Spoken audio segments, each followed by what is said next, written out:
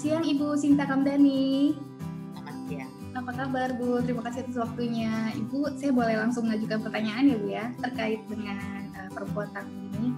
Oke, yang pertama, Sintesa Group memiliki banyak anak usaha, salah satunya perhotelan ya Bu ya, yang mengalami dampak cukup buruk akibat pandemi. Boleh diceritakan nggak Bu, sharing kepada kami semua strategi yang Ibu terapkan dalam memimpin perusahaan di tengah kondisi seperti ini agar dapat survive? Ya, terima kasih. Jadi memang Sintesa Group itu ada 4 pilar usaha ya. Jadi consumer product, industrial products, property termasuk hotel di dalamnya, dan energi terbarukan. Dari 4 itu mungkin yang paling terdampak memang perhotelan ya, karena dengan COVID ini mungkin industri pariwisata yang sudah paling awal terkena dampaknya, dan memang okupansi hampir semua hotel di Indonesia jatuh hampir ke seluruhnya. Malah banyak hampir 2.000 hotel tutup dan juga mesti mem-PHK dan merumahkan karyawannya. Jadi ini juga berdampak kepada hotel-hotel kami, terutama memang di kota-kota seperti Jakarta, Bali ya. Bali ini besar sekali pengaruhnya. Ini pastinya mempengaruhi juga bagaimana perusahaan bisa survive ya. Jadi pada saat ini perlahan-lahan, karena sekarang sudah ada PSBB, relaksasi PSBB, perlahan-lahan sudah mulai beroperasi, walaupun kami memang nggak pernah tutup ya. Jadi sekarang sudah mulai ada pick up, tapi pasti berubah semua.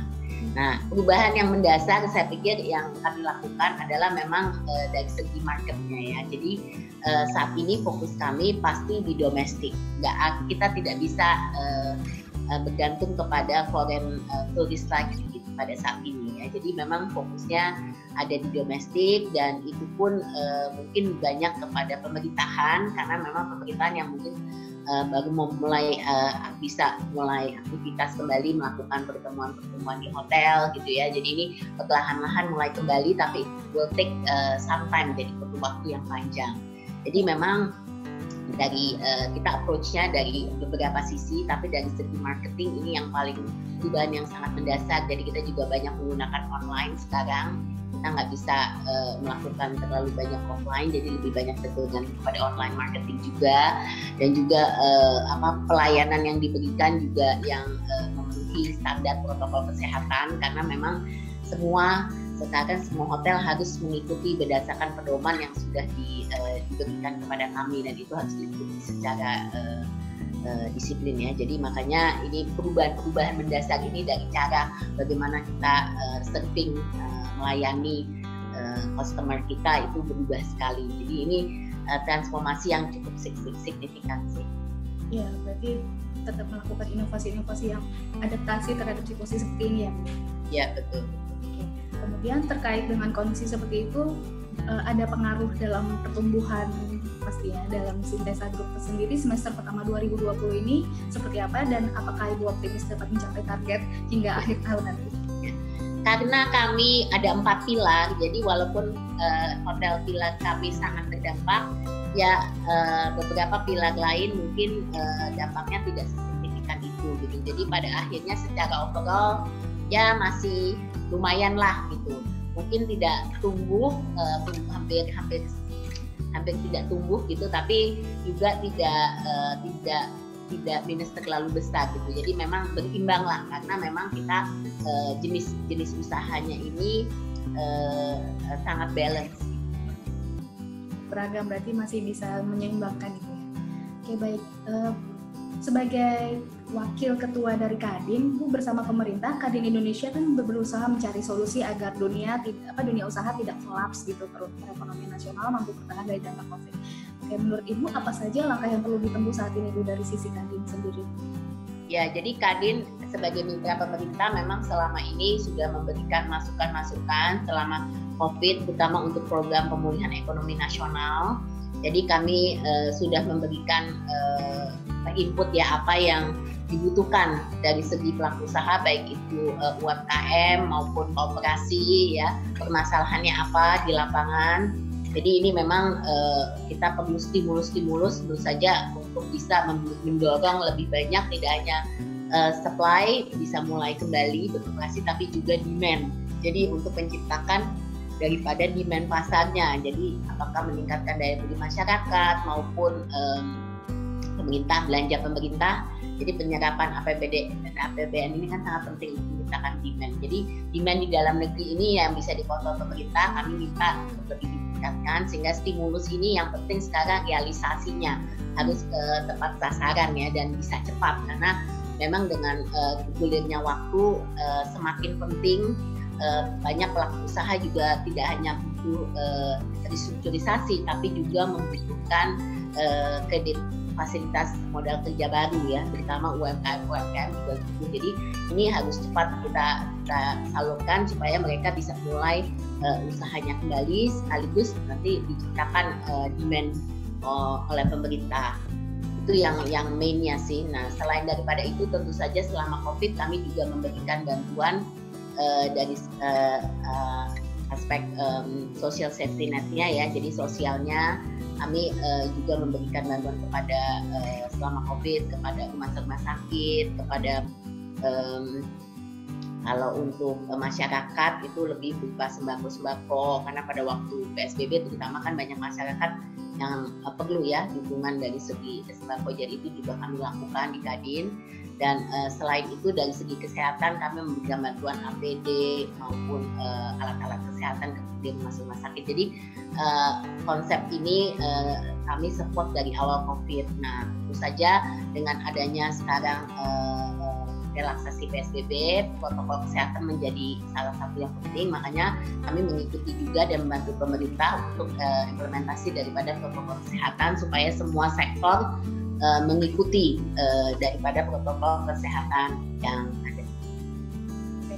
Ibu Sinta, kemarin juga Kadin sempat mendesak pemerintah untuk segera mengesahkan RUU Cipta Kerja, itu juga termasuk bagian dari strategi ini. Iya betul. Jadi selain daripada kita melihat satu pengendalian daripada COVID-19-nya, dan kedua daripada realisasi stimulus yang dibutuhkan baik itu untuk supply maupun demand. Yang ketiga adalah memperbaiki iklim investasi di Indonesia sendiri. Nah, maksud saya ini tidak hanya untuk menarik investor luar negeri, tapi juga untuk para pelaku usaha di nasional domestik. Kenapa? Karena dengan perizinan yang rumit itu akan semakin sulit buat dengan kondisi yang sudah seperti ini. Makanya kami menghimbau pemerintah bahwa untuk ada sense of crisis ya, bahwa dengan situasi seperti ini janganlah mempersulit kondisi yang sudah ada. Makanya kita perlu perbaikan dari segi regulasi yang tumpang tindih, pusat maupun daerah. Jadi koordinasi antar kementerian maupun antara pusat daerah ini sangat penting, termasuk perizinan-perizinan yang ada. Jadi ini semua adalah perbaikan dari implementasi. Nah, salah satunya tentu saja yang paling penting saat ini yang sedang didorong pemerintah adalah untuk RUU Ciptaker yang akan disahkan oleh harapan kami oleh DPR dalam waktu singkat. Ini sangat penting buat Indonesia untuk bisa meningkatkan daya saing, lebih banyak menarik investasi dan juga menciptakan lapangan pekerjaan. Kuncinya ada di lapangan pekerjaan, karena pada saat ini dengan kondisi seperti ini kita harus bisa bagaimana cara membantu menciptakan lapangan-lapangan kerja baru, terutama dengan adanya otomatisasi, dengan teknologi yang sekarang semakin kencang. Ini tentu saja mempengaruhi daripada kebutuhan kerja ya. Jadi future of work-nya itu sangat berbeda saat ini. Sudah banyak arahnya ke teknologi juga. Nah, ini adaptasi ini juga dibutuhkan. Untuk itu kita perlu menciptakan tenaga kerja, menciptakan lapangan pekerjaan. Jadi lapangan pekerja ini terutama fokusnya nggak bisa hanya di padat modal, tapi juga di padat karya dan terutama untuk UMKM. Ya betul. Ini memang dalam kondisi mendesak ini cukup penting ya Bu ya. Oke. Bicara tentang Ibu sendiri ini, akhir tahun lalu Ibu ditunjuk oleh PBB sebagai salah satu pimpinan perusahaan berpengaruh dunia dalam aliansi Global Investor for Sustainable Development Alliance. Apakah ini merupakan sebuah kesuksesan bagi Ibu? Boleh ceritakan? Ya, jadi saya bersyukur bisa bergabung di GISD Alliance, juga mewakili Indonesia ya, karena di sini saya rasa penting bahwa Indonesia berperan, bagaimana SDG juga telah dikembangkan di Indonesia. Jadi Indonesia sekarang punya roadmap SDG yang sangat clear. dan itu sudah masuk ke dalam programnya Bappenas ya. Jadi dalam state planning, dalam perencanaan RPJM-nya Bappenas itu sudah masuk. Jadi kita actionnya itu juga sudah clear apa yang kita harus lakukan dalam waktu menengah panjang ini, dan ini sudah diintegrasikan juga ke bisnis.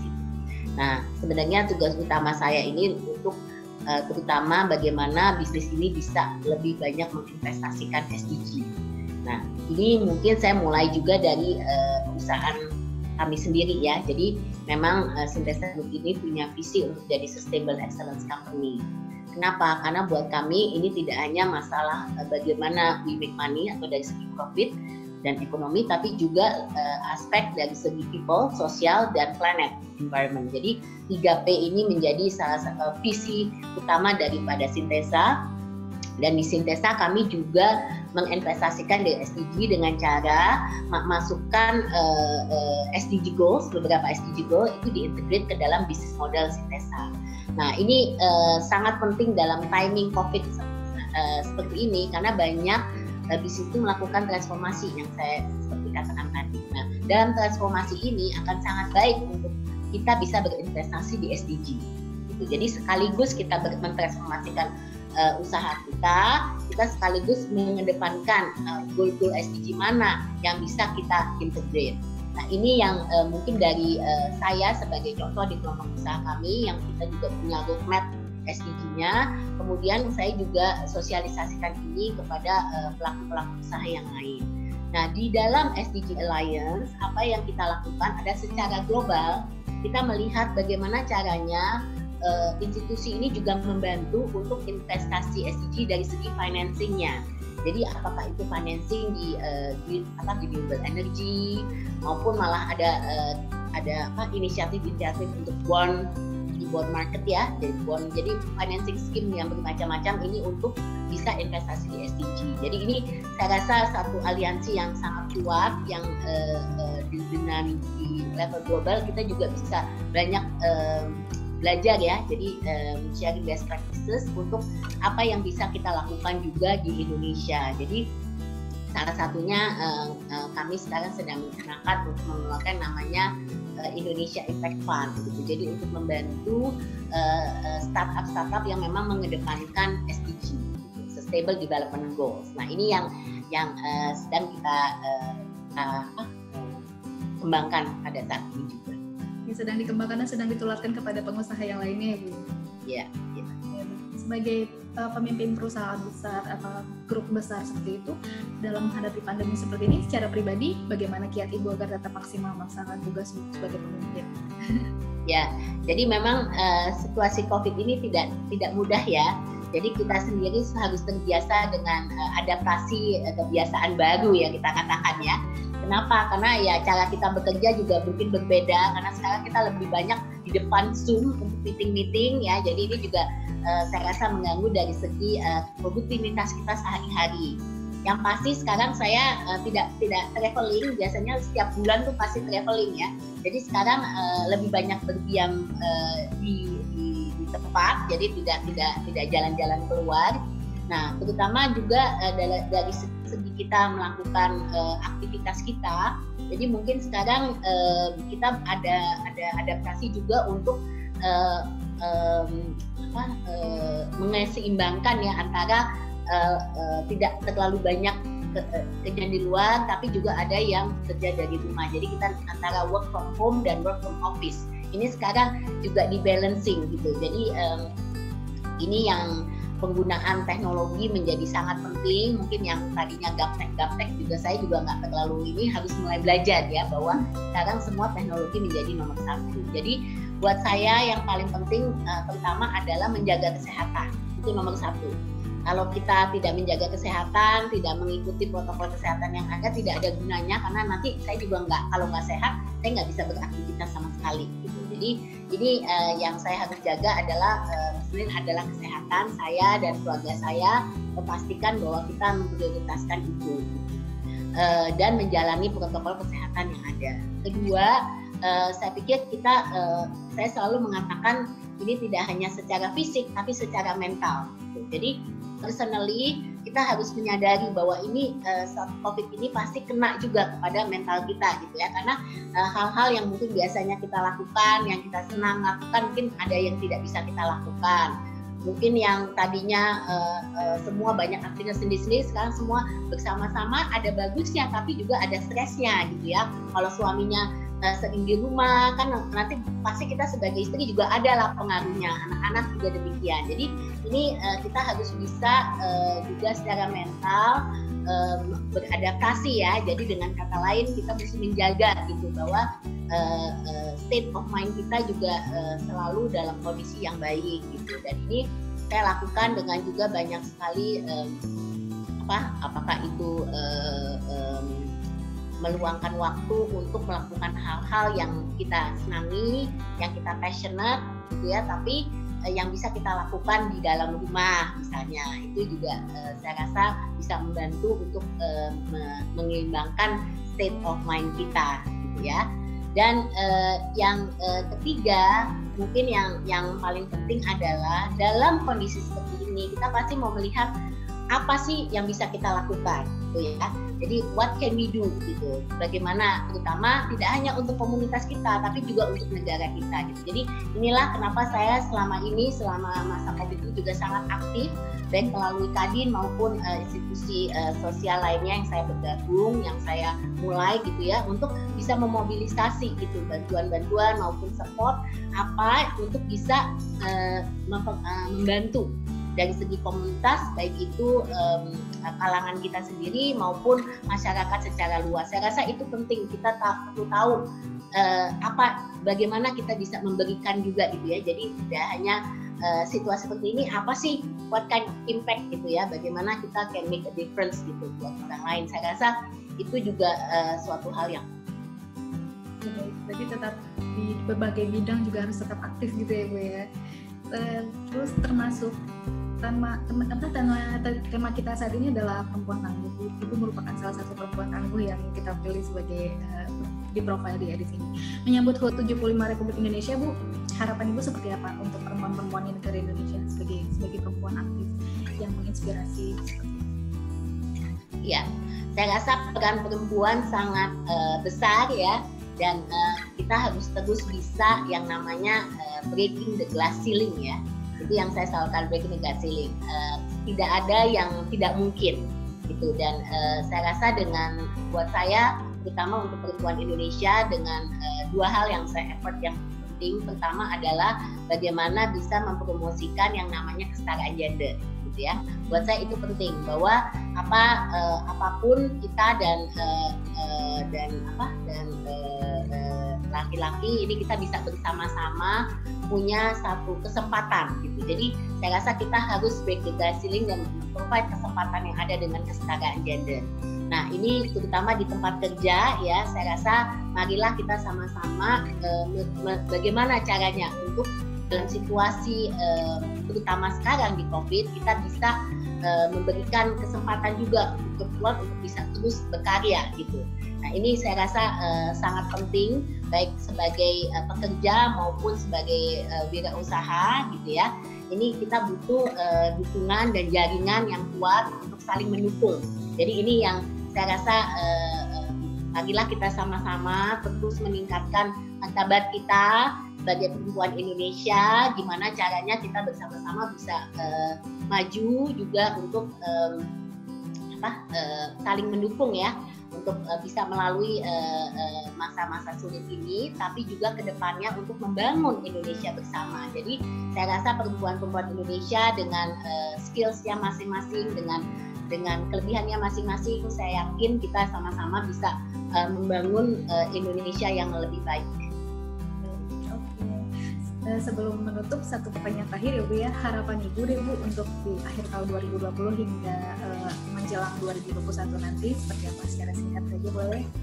Harapan kami tentu saja bahwa COVID ini segera lewat ya, jadi semoga vaksin ini bisa segera ditemukan gitu ya. Tapi saya sama dengan Presiden punya momentum untuk namanya resetting the button. Buat saya, resetting the button is not just about our country resetting the button, it's about our life resetting the button. Jadi hidup kita, baik itu karir, baik itu kehidupan kita di keluarga, personal kita, ini adalah kesempatan kita untuk refleksi kembali.